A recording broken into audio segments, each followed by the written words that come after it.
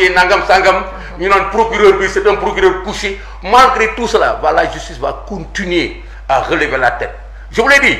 régime bu ñëw ak li nga ciy perte ñoom ils se sont armés pour ne pas perdre mais récupérer de l'espace face à la justice. moo tax ñu engagé justice bi Guy Marius Sagna naan justice dafa am solo tellement que kenn war ko bàyyi ay magistrats xaw ma nag wéete cette presse sénégalaise loolu dafa rëy wéete le procureur loolu dafa rëy parce que loolu dafa di des attaques directes qu'on fait aux institutions loolu ak li mu wax président de la République le président de la République n'est que légal il n'est pas légitime loolu dafa rëy mais fii la Sénégal toll ñun li ñuy jàppanteeg ñoom fii Sénégal toll lañ koy xëccoo ak ñoom on n'est pas du tout perturbé et on est certain que cette justice-là va remporter son combat du ñoom ak justice buy tëdd fii. On n'est pas dans certains pays bananiers là et qu'on reconnaît ici. Ça va bien se passer avec les magistrats que nous connaissons. D'accord. Alors dañuy desandi ba tey ci justice ak yenn ci seeni camarades de parti yoo xamante ne ni jamono ji ñi ngi en détention dans le cadre de la reddition des comptes mu nekk loo xamante ne ni yàgg ngeen ko dénoncé di wax ni règlement de compte la gën a nduru acharnement ak yu ni mel tey ji naka ngeen di dundee situation boobu yéen waa APR seen camarade de parti yi nekk prison ak ban plan d'action ngeen teg justement pour exiger la libération de ces gens que vous considérez comme étant des détenus politiques. Est-ce que pour exiger la libération de ces gens yi nga xamante ne ni yéen da nga leen considérer comme des détenus dañ koy def rek loolu c'est des actes politiques que nous devons poser. D'accord. Mais no foofu du sunu refuge. Ok.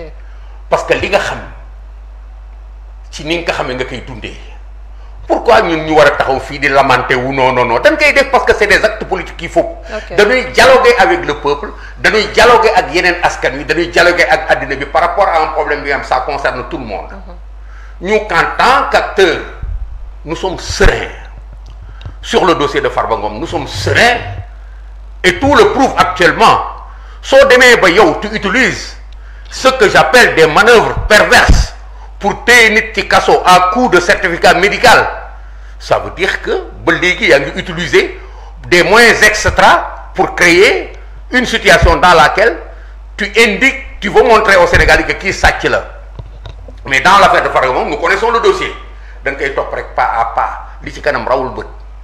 dans le dossier de Tahibou Ndiaye mais Tahibou Ndiaye c'est le relais par lequel on est passé pour arriver là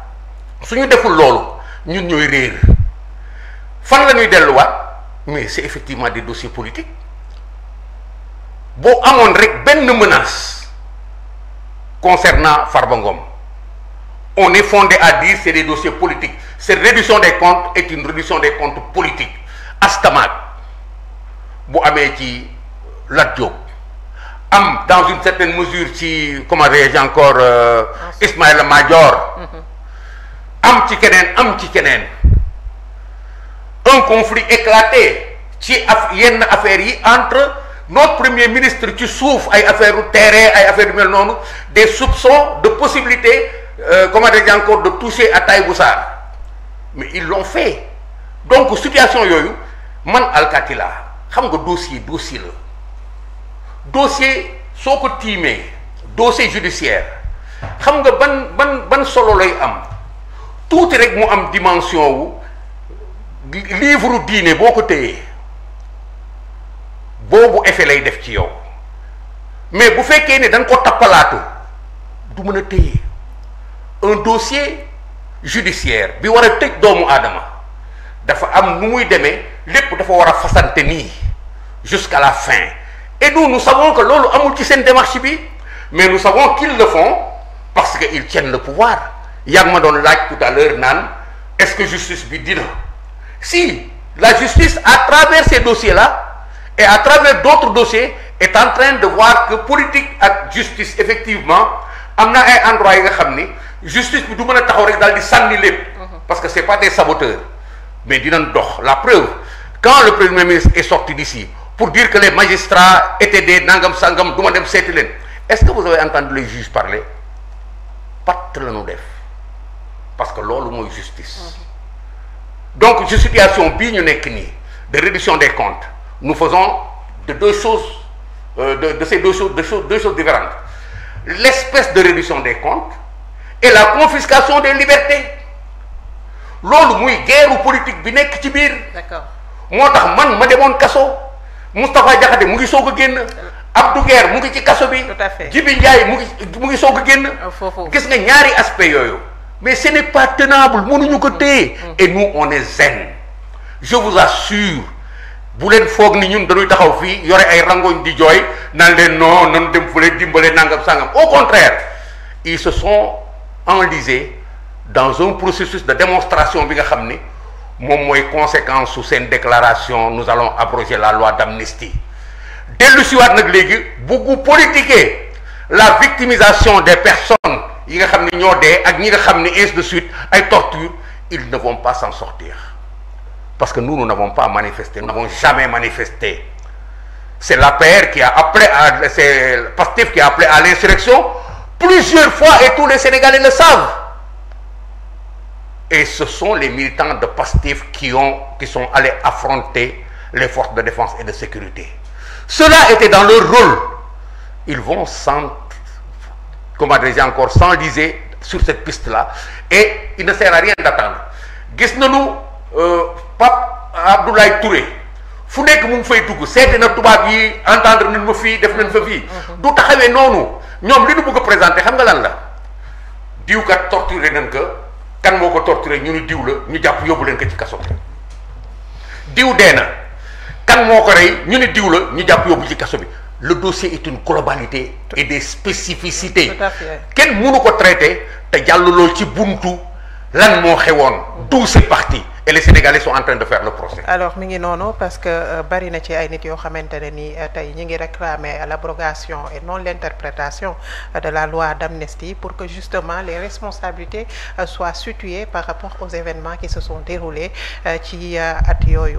justement pour que ñu mën a xam kenn ku ci nekk lan nga def lan mooy sa responsabilité ci mbir mi. loolu ñun encore on ne va pas se fatiguer là parce que ñoom ñoo waxoon ni dañ koy def te am nañu 130 députés pour def ko suñu dawee foofu ñoom ñoo am problème xam nga fu ñu leen di fekk nous allons continuer à poser ce problème là parce que kenn du ko suul mais poser wuñ que comme moyen c'est une réalité dans cet espace politique là ñoom ñoo waxoon dinañ ko def ñoom ñoo waxoon ni ils n'en bénéficiaient pas à l'époque tey ñu bañ ko abroger il faut qu'on le leur montre tous les jours ba monde bi xam ni ce sont eux qui ont bénéficié de cela c'est ça la réalité maintenant li nga xam ni moom la ñu posé comme acte pour génne seen bopp en pensant que dinañ ci génn ministre de la justice daal di génn di wuti ay nit yi nga xam ne dañ leen di taqal l'enquête sur les cas de mort d'homme de torture et de sévices du loolu la wax ñuy jéem seet ci loi bi nga xam ni moo fi nekk muy loi d'amnistie bi lan la loi d'amnistie bi mëtul parce que yeneen loi dañ ko génnee ba wone ni loi d'amnistie bi kat terewul ñu topp ñooñu ñu daal di génne yooyu wut ay nit yuñ ci teg mais enquête lay doon toujours moom la leen yum wax ñu ngi leen di topp tànk ak tànk mbagg ak mbagg nous sommes en train de vous photographier de vous filmer ñu ngi ñuqati lépp di ko teg ci loxo huissier yi nous avons des avocats c'est de manière organisée qu'on va les combattre parce que nous sommes organisés pour les amener au pouvoir c'est un pouvoir démocratique qui les a amenés au pouvoir. D'accord. Alors une autre question boo xamante ne ni frôlé nga ko tout à l'heure muy la menace bi plané ci la liberté d'expression bari na fi ay nit yoo xamante ne ni dañu leen jàpp denc leen ci kaso bi pour délit d'opinion ñu bari ci